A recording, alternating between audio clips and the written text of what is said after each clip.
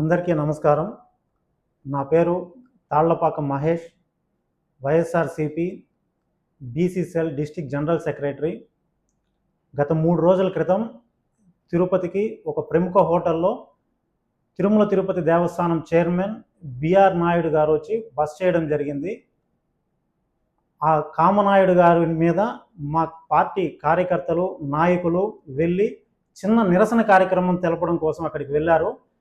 మీలాంటి వ్యక్తి ఈ తిరుమల తిరుపతి దేవస్థానం అత్యంత పవిత్రమైన క్షేత్రానికి మీరు చైర్మన్గా పనికిరారు, తక్షణం రాజీనామా చేయాలి అని చెప్పి చిన్న నిరసన కార్యక్రమానికి వెళ్ళారు. ఈ విషయం తెలుసుకుని తెలుగుదేశం పార్టీ గూండాలు, రౌడీలు జేబీ శ్రీనివాస్ గారి ఆధ్వర్యంలో వచ్చి మా పార్టీ నాయకులు, కార్యకర్తలందరినీ కొట్టడం జరిగింది. నవీన్ అనే వ్యక్తి ఆ అబ్బాయి షర్టు చించి మెడ మీద బలంగా కొట్టి మెడ విరచడానికి ప్రయత్నించారు.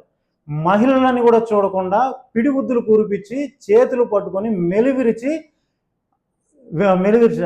ఇంకొక అమ్మాయిని పెదాల మీద బలంగా గుద్ది రక్తపు గాయాలు చేశారు. జేబీ శ్రీనివాస్ గారు, ఇది మీకు తగదు. ఇంత జరుగుతూ ఉంటే పక్కనే పోలీసులు ఉన్నా కూడా ఆపకుండా చోద్యం చూస్తున్నారు. పైపెచ్చు మా వాళ్ళందరినీ పోలీస్ స్టేషన్కి తీసుకెళ్ళి దుర్భిషలాడి అందరి మీద దళిత చట్టం ప్రయోగించడానికి ప్రయత్నించారు. ఆ దళిత చట్టం కూడా బయట వ్యక్తుల మీద కాదు, ఇతర కులాల వ్యక్తుల మీద కాదు. ఆ 13 మందిలో దళితులుగా ఆర్ఏ అజయ్ కుమార్ గారు అదే సామాజిక వర్గానికి చెందిన వ్యక్తి, నల్లని బాబు గారు అదే సామాజిక వర్గానికి చెందిన వ్యక్తి. ఇద్దరు దళిత వ్యక్తులు ఉన్నా ఇద్దరి మీద దళిత చట్టం పెట్టడానికి ప్రయత్నించిన పోలీసులు రెడ్ బుక్ రాజ్యాంగాన్ని అమలు చేయడానికి ప్రయత్నించారు. కానీ న్యాయ వ్యవస్థ లోకేష్ రెడ్ బుక్ రాజ్యాంగం మీద నడవడం లేదు, డాక్టర్ బిఆర్ అంబేద్కర్ గారు రాసిన రాజ్యాంగం మీద నడుస్తుంది. అందరికీ బెయిల్ ఇచ్చారు. బెయిల్ ఇచ్చి 13 మందిని విడుదల చేస్తే తర్వాత రోజు అదే జేబీ శ్రీనివాస్ గారు మళ్ళా ప్రెస్ మీట్ పెట్టి అవాకులు చవాకులు పేరారు. ఏమనంటే మిమ్మల్ని ఓడించారు ఈ తిరుపతిలో అనేసి.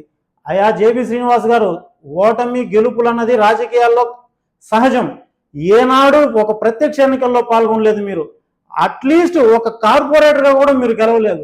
మీ ఆధ్వర్యంలో ఒక కార్పొరేటర్ను కూడా మీరు గెలిపించుకోలేదు. అటువంటి మీరు భూమన కరుణాకర్ రెడ్డి అన్న గారి గురించి మాట్లాడే స్థాయి కానీ తాహత కానీ మీకు లేదు.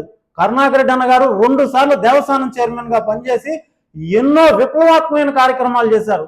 దాంట్లో దళిత గోవిందం ఒకటి. ఆయన ఆధ్వర్యంలో పెరిగిన మేము దళితుల మీద దాడి చేసే వ్యక్తులమా?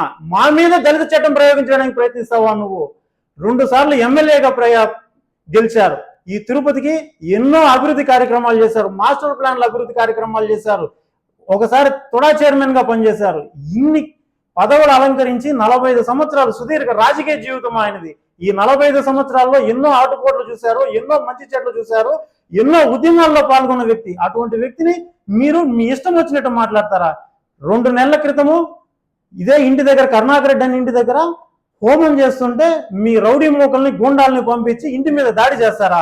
ఇప్పుడేమో మా పార్టీకి వ్యక్తుల మీద భౌతిక దాడులకు పాల్పడతారా? ఇది పద్ధతి కాదు. ఈ తిరుపతిలో ఇటువంటి సంస్కృతి లేదు. మీరు ఫ్యాక్షన్ రాజకీయాలను ప్రోత్సహిస్తున్నారు. ఎందుకంటే మీరు మీ పార్టీలో ఇన్ఛార్జ్ పదవి కావాలని కోరుకుంటున్నారు. మీకు ఇన్ఛార్జ్ పదవి కావాలంటే చంద్రబాబు నాయుడిని బొజ్జకిచ్చుకుంటారు, లోకేష్ గారికి జోలపాట పాడుకొని మీరు పదవి తెచ్చుకోండి. అంతేగాని మా పార్టీ వ్యక్తుల మీద తిడితేనో, మా పార్టీ వ్యక్తుల మీద దాడి చేస్తేనో మీకు పదవి వస్తుంది అంటే అది ముమ్మాటికి జరిగే పని కాదు. మీరు ఇదే విధంగా కానీ మళ్ళా ప్రయత్నించినారు అంటే మీకు తగిన శాస్తి చేస్తామని చెప్పి తెలియజేసుకుంటున్నాం. జాగ్రత్త.